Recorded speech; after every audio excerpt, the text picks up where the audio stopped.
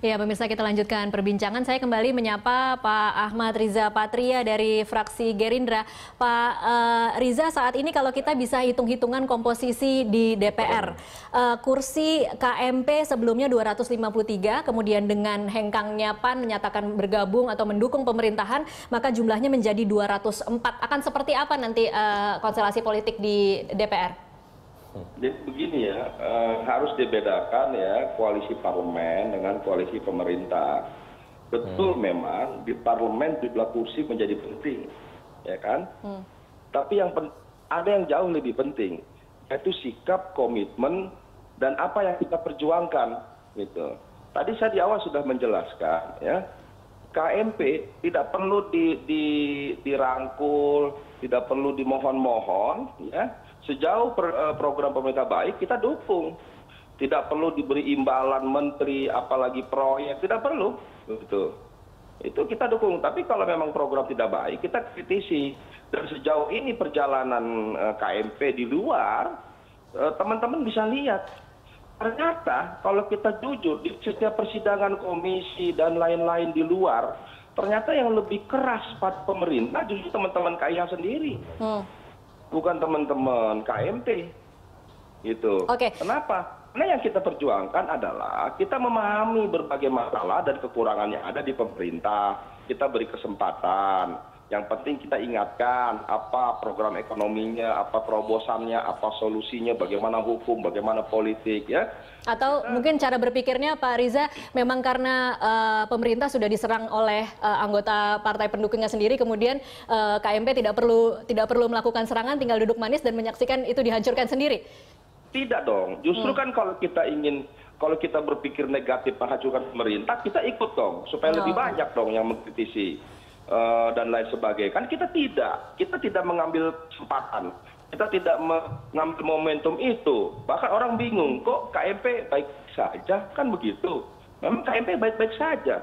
Karena bagi KMP perjuangan membangun pemerintahan yang baik, membangun bangsa, bukan dengan cara menjatuhkan presiden. Kita negara yang demokrasi, punya konstitusi. Kita sudah melaksanakan pemilu yang selesai, sudah diputuskan Pak Jokowi jika sebagai presiden, ya kita hormati keputusan ini.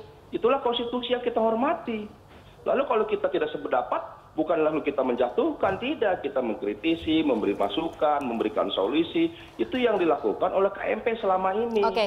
Jadi menurut Anda tidak akan ada terlalu besar pengaruhnya di parlemen ketika PAN kemudian berpindah, ya Pak Riza? Oh tidak, kenapa tidak? Karena masyarakat sudah semakin cerdas, ya. Sekalipun kami di KMP, ya, mendominasi parlemen, kalau program yang kami paksakan tidak sesuai kepentingan rakyat, masyarakat juga marah. Masyarakat itu 250 juta. Bukan 560 yang ada di DPR. Bukan, gitu loh. Jadi masyarakat akan bisa menilai. Sebaliknya, kalau KIA sekarang jumlahnya dominan di DPR, tapi tidak mampu mencari solusi, membuat terobosan, membantu pemerintah, tidak berani mengkritisi kalau pemerintah salah, ya kan? Kemudian bahkan katakanlah minta ini, minta itu, minta jabatan, ini itu. Masyarakat akan muak, akan marah sendiri. Nah, yang dilakukan oleh KMP, mari kita berjuang. Ukurannya bukan besar atau kecilnya jumlah orang di parlemen, itu urusan pengambilan suara. Mungkin dibutuhkan kemarin memilih DPR, MPR, kenapa Pak Zulkifli jadi ketua MPR? Karena memang kebetulan KMP jumlahnya besar dan kami dukung Pak Zulkifli. Hari ini kan itu jasa KMP. Tanya Pak Zulkifli, apa yang diminta oleh KMP pada Pak Zulkifli? Pak Riza, sebelum saya pindah ke Pak Indria, kalau dari KMP sendiri sebenarnya peran PAN di dalam koalisi KMP itu seperti apa sih? Akan kehilangan tidak sih KMP dengan PAN? Atau tidak kehilangan sama sekali, ya tidak apa-apa lah pindah? Tentu kami, kan tadi kami menyayangkan, karena kami kan punya program, punya perjalanan yang telah disusun bersama. Sekarang PAN sudah berada di luar KMP. Tidak apa-apa. Sejauh ini di KMP kan ada rapat-rapat dan PAN memberikan kontribusi, masukan dalam rapat-rapat. Tentu hari ini ke depan PAN kan tidak ikut lagi. Tentu yang memberi masukan kan berkurang. Tapi kan ujung-ujungnya tadi yang saya bilang, jumlah kontribusi bukan pada banyaknya, tapi kualitas, bukan kuantitas. Jadi sekalipun seperti apa yang disampaikan Prabowo, kalaupun semua partai ingin di dalam pemerintah, KMP hanya tinggal Gerindra, tidak apa-apa. Kami Gerindra siap. Yang penting Gerindra terus berjuang untuk mensejahterakan rakyat, membangun bangsa. Berani berbuat yang benar dan adil, umpamanya begitu. Termasuk tidak apa-apa kalau nanti Gerindra tinggal sendirian ya Pak Riza? Tidak ada masalah. Itu resiko yang sudah kita pikirkan dan kita sampaikan sejak awal. Oke. Maka sebelum KMP terbentuk itu sudah terpikir oleh kami dan sudah sering disampaikan oleh Bapak Prabowo. Karena bagi beliau yang penting adalah kita tetap menjaga integritas. Oke, baik. Ukurannya bukan banyak atau kecil, tapi kualitas, bukan kuantitas. Jadi kualitas kalaupun sendiri Gerindra tapi mampu memberikan kualitas yang baik, masyarakat akan pilih Gerindra. Alhamdulillah Gerindra kan naik suaranya. Ini investasi jangka panjang berarti ya Pak Riza? Ya itu silakan kalau orang berpendapat begitu. Tapi yang penting kami tetap di jalur yang kami yakini baik untuk kepentingan bangsa dan negara. Oke, baik. Pak Ahmad Riza Patria dari fraksi Gerindra, terima kasih sudah bergabung bersama kami. Saya kembali lagi ke Pak Indria Samego. Kalau kita melihatnya memang kata-kata yang dibahasakan cukup menyejukkan ya Pak Indria Samego. Tetapi bisakah kita 100% percaya bahwa memang niat baiknya seperti ini dari dua belah pihak? Iya, tentu saja bisa iya, bisa tidak. Tetapi saya ambil positifnya saja. Bahwa ini sesuai dengan psikososial budaya dan sosial politik kita ini. Memang harus dikurangi adanya kegaduhan, tarik-menarik dan segala macam. Yang diperlukan adalah harmoni. Itu kan. Biarin di tempat lain rame gitu kan, check and balance selalu begitu. Kita tidak boleh membiarkan itu terjadi, apalagi di dalam proses demokratisasi yang belum terlalu lama usianya. Belum matang ya? Ya belum matang. Jadi menurut saya citra, ya masyarakat kan melihat pada apa sih yang dihasilkan oleh kegaduhan itu, gitu kan. Ya selama ini dari sisi ekonomi terutama kan. Kelihatannya kita ini makin terpuruk dihadapkan dengan kekuatan luar. Nah, kalau kita terpuruk pada kekuatan luar, maka persoalannya adalah internal faktornya itu. Jadi harus ada kebulatan tekad di dalam untuk bersatu padu gitu, menghadapi kekuatan itu. So kalau tidak, orang lain yang untung. Kalau masalah motif bergabung, bisakah kita kemudian percaya bahwa tidak ada persetujuan atau tidak ada poin-poin kesepakatan bahwa akan diberikan? Karena kalau kita melihat Partai Nasdem juga mengatakan bahwa tidak ada transaksi, tetapi ada beberapa jabatan yang kemudian didapat. Bagaimana dengan PAN? Ya, saya belajar ilmu politik yang udah puluhan tahun. Jadi sangat menyadari itu. Jadi ada take and give, gitu kan. Selalu ada reward and punishment gitu. Artinya kue kabinet itu nanti akan harus dibagi mungkin lagi? Tidak harus di situ, tidak harus di situ. Ya, tetapi seperti tadi Bung Yandri katakan juga bahwa PAN akan punya kesempatan secara langsung melihat bagaimana sebuah kebijakan dibuat dan dilaksanakan. Karena problem di Indonesia ini adalah gap antara policy making process dengan policy implementation. Implementasinya itu. Nah, kalau masuk dalam pemerintahan dia bisa mengetahui mulai dari asal usulnya di Jakarta, kemudian di daerah di mana. Jadi problemnya di situ, mismanagement atau bad governance gitu ya. Jadi saya tidak tahu secara persis ininya, tadi take and give-nya, apa yang diberikan, deal politiknya seperti apa yang diberikan, apa yang diterima, gitu kan. Tidak tahu, semoga bukan melihatnya di dalam perspektif egoisme kekuatan partai. Saya kasih sekian puluh kursi, apa dong beri PKB saja 3 menteri misalnya.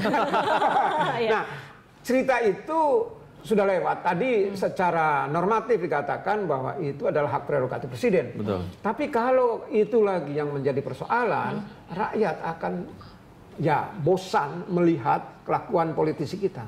Yang diperlukan adalah bagaimana kita segera bisa recover Oke, jadi kalau misalnya hari ini kemudian Pak Indria Samego menilai bahwa kita bisa menilai positif apa yang dilakukan PAN, ketika nanti kemudian PAN mengiyakan jabatan di kabinet, mungkin respek orang akan berkurang? Ya, kalau seandainya kegaduhan ini ya tidak mempunyai implikasi positif terhadap economic recovery terutama ya, dan stabilitas politik, tentu saja orang akan melihat ya semakin cynical. Ya, semakin sinis terhadap itu.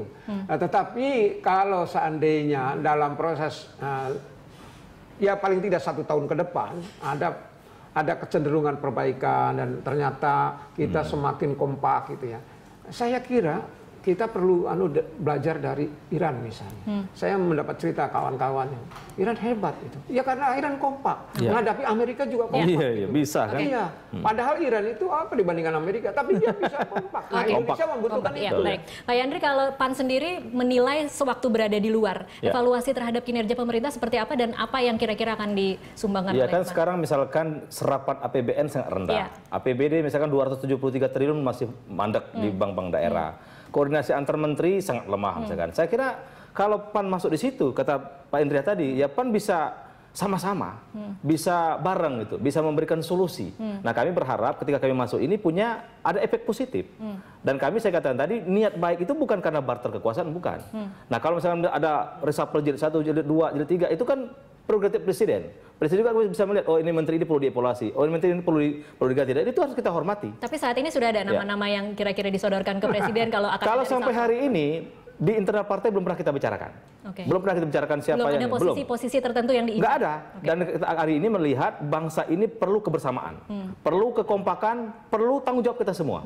Jangan saling meniadakan, jangan saling menjerumuskan. Ini adalah bangsa kita. Merah putih, ya kan gitu. Kan harus kita jaga. Pak, kan ada Pak nama-nama menteri yang kita kira akan di reshuffle tapi tidak di reshuffle kemarin. Siapa tahu mungkin di reshuffle jilid 2 mungkin. Ya itu kan Pak Jokowi yang punya hak. Kita jangan campuri lah kalau itu kan. Intinya insya Allah PAN berkhidmat ini tidak salah.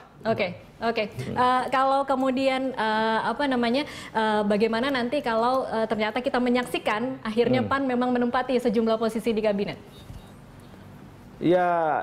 Sampai hari ini saya katakan belum ada pembicaraan ke arah sana dan kita tidak juga menyodorkan itu. Kita menyampaikan hari ini pengumuman PAN bergabung itu bukan dengan syarat-syarat yang seperti dagang sapi tadi, tidak. Kita betul dalam HUT PAN kemarin di Jawa Barat juga sama, tema kita politik tanpa gaduh. Kita perlu ketentraman, kenyamanan, menghadapi masalah ini sama-sama gitu loh. Kalaupun misalkan nanti PAN ditawari juga belum tentu kita terima. Belum tentu diterima? Belum tentu kita terima. Kan ada mekanisme di internal partai. Nah, mungkin ada Rapimnas, ada Rakernas, ada rapat harian diperluas. Kita bahas dulu gitu loh. Jadi jangan sampai sesuatu yang kita ditawarkan Pak Jokowi itu langsung kita terang, enggak juga. Termasuk misalkan apapun kebijakan Jokowi harus kita dukung, enggak juga gitu. Nah, kita akan tetap objektivitas PAN tetap akan kita kedepankan. Baik. Setelah hari ini apa yang akan terjadi? Akan ada pertemuankah? Akan ada bentuknya seperti apa? Iya, saya kira otomatis dengan PAN hari ini mengumumkan kepada pemerintah, saya kira komunikasi akan semakin intensif.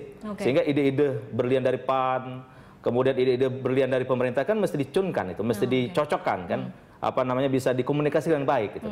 Artinya sekarang PAN kan sudah di dalam, insya Allah nggak ada hambatan lagi dong kalau mau duduk bareng, nimbrung, kemudian memberi masukan langsung, memberi saran, pendapat. Nah tapi memang selama ini walaupun kami juga dulu pemerintahan, kami juga tidak pernah mengerucuki pemerintah kok. Nah, kan di DPR kami juga apa yang baik kami dukung, ya kan. Jadi sebenarnya PAN ini ya tadi kata Ketua Umum di luar pemerintahan juga terhormat. Di dalam juga insya Allah lebih terhormat dengan kebijakan-kebijakan yang pro rakyat. Baik Pak Yandri, terima kasih. Pak Indria Samego juga terima kasih untuk waktunya bersama Berita 1.